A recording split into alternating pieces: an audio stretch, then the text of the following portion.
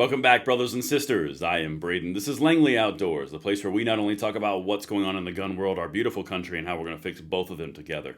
The content that I'm going to show you is probably the first of many that I'm going to cover on this FEMA hearing because, as you're probably aware, FEMA was caught discriminating against people with Trump signs in the hurricane disaster zone this past fall. And now the manager who issued those orders to skip Trump homes is saying that it was FEMA. And now FEMA is saying, no, it was that person. Congress called a hearing. I'm about to show you a few of the best sound bites of all of it. Guys, this is the stuff that we really bring forward because we have to put more pressure on these federal bureaucracies. They have way too much power, and now they're utilizing them through their employees to basically say, who does and who does not get federal aid when you've been paying tax into the system your entire life. This is something you guys are going to want to see. Of course, make sure you hit that like button, subscribe to the channel, turn the notification bell on if you are really quite sick of federal bureaucracies running amok with our, I almost said democracy, the propaganda is working, our constitutional republic, and thank you in advance for doing just that.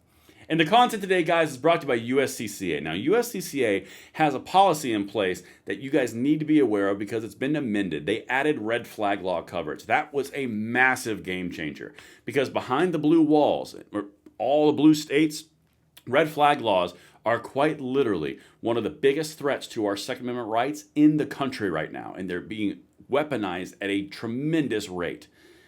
This is something that you could have insulation from. USCCA is ahead of the game. They not only cover you when the worst things happen, they also cover you when you are victimized, assumed guilty, and have to prove your innocence. They're right there. Link in the description box below. Check them out for me, please, just so you guys know your options. And that's what I've got for you on that. Let's get into this because we have got to figure out why FEMA is just, man, it's weird how the money you pay in your whole life, all of a sudden you get $750, but some other people who came across the border, I don't know, it's weird, get so much money, and it's so easy, right? Just hand it to them. Yeah, that's kind of where we're at on this. Let's hear from the representative on this topic. Do you see the absurdity that American citizens are getting their $750 and then, yes, struggling through a very complicated process to meet the thresholds necessary to get the aid they need to have housing, food, and shelter, while your agency is contracting with not-for-profits to easily hand out access to those who are placed here illegally? Do you see the absurdity? Phenomenal question. Now, if you've never seen these types of hearings, the executives, the administrators, the state, the people you're about to see, they always go down this road where they make very big, broad statements. They never commit to anything, and they always say, well, here's our mission, and we would never do that. Even though the fact is right there in front of their face. They do it with the ATF, they do it with the DOJ, they do it with the FBI. All of them do it. And they always hide behind it's under investigation. Good to know there's consistency somewhere. But let's continue. Congressman, our mission is to support people, help people before, during, and after disasters. And do you think that there is, ma'am, do you think in responding to an emergency, the priority of government ought to be to ensure that American citizens are triaged and that the services of FEMA are focused on responding to them and their service programs first?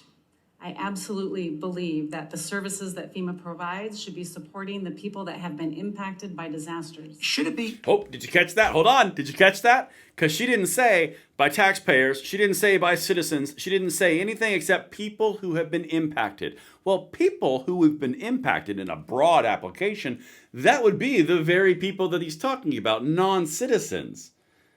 Isn't that weird how FEMA now becomes a blanket for everybody? I just wanted to point that out. Let's continue. Should there be equity in that distribution and response? Should there be fairness in that response? We should make sure that all people have access to our programs and that we fair enough. The barriers. So it's my time and I get 2 minutes to do it. So in fairness, do you not see the inequity in those placed here illegally having taxpayers support a plane ticket, a house, a hotel, food, cell phones, access to health care? Do you not see the inequity that they have access immediately? I want us to be a welcoming nation, but if we cannot respond to those who are living in emergencies, then we do not have the right to claim that we are the Federal Emergency Management Administration. Do you not see the inequity? Okay. That's the point in a nutshell. That's why I'm going to devote time to this, because this is directly avoiding those who are citizens of the United States who have paid into this system as part of our social safety net, of which we all agreed to fund. And all that money and all those resources are going to people who are not citizens, who have not paid into it. I share the congressman's approach on this. I want everyone to be taken care of, but it's kind of a violation of the promise and the social contract of which we all agreed to if we as citizens pay into an environment or a federal government or a federal bureaucracy through our taxes, and then we don't get the benefits. And even if we do, they're minuscule compared to people who did not pay into that system, and they are getting all these different things and their healthcare needs met, everything taken care of for them. It's a simple, basic question of fairness, as he's saying. This is the problem. You want to know why the Democrats lost the 2024 election across the board? It's this kind of crap. This is the entire point. You're putting others ahead of the citizens of the United States. The government is there for the citizens of the United States. It is not there for the citizens of the world. That's why she keeps using broad language like, well, we're there to help all people impacted. Nope, cupcake. You're there to help everyone who paid into the system who is a United States citizen who pays taxes, which, by the way, since we're hovering on the subject, is too much money anyway. Let's continue. Congress directed. No, Congress established law. You have to prioritize, triage, and decide. During COVID, there were federal agencies and local governments who were responsible for providing lots of services. We said, in this emergency, you're not going to do that. We told federal employees, get back out onto the ground because you've got to respond to a public health pandemic, and most of them were never involved in public health response. You established the priority. Why can you not say today that the priority ought to have been to make sure that American citizens were getting first response, adequate response, and not distracted response? Why can you not say that? Our priority is the American people, and we administered our disaster programs. And you will not admit to or acknowledge the inequities. I'm not trying to be combative. This is absurd. Today, when you spent some time and my colleagues talk about misinformation, first, misinformation is freedom of speech, whether it's true or not. But you know what fuels misinformation?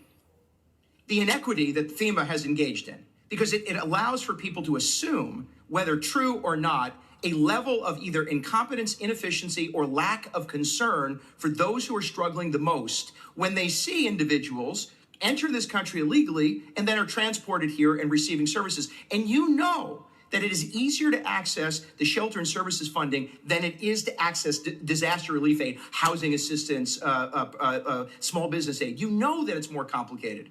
Doesn't that in and of itself fuel the misinformation? I don't even need to hear her say anything. That was perfect. Guys, this is what's so fascinating about all the stuff that we cover, because typically we focus really heavily dialed into the Second Amendment. But when you look at all the different hearings and all the different circumstances and egregious behavior by a federal government, there's a consistent theme. They're all the same. They all say, no, it wasn't me. Oh, it's just broad. There's no accountability. Yeah. Excuse me?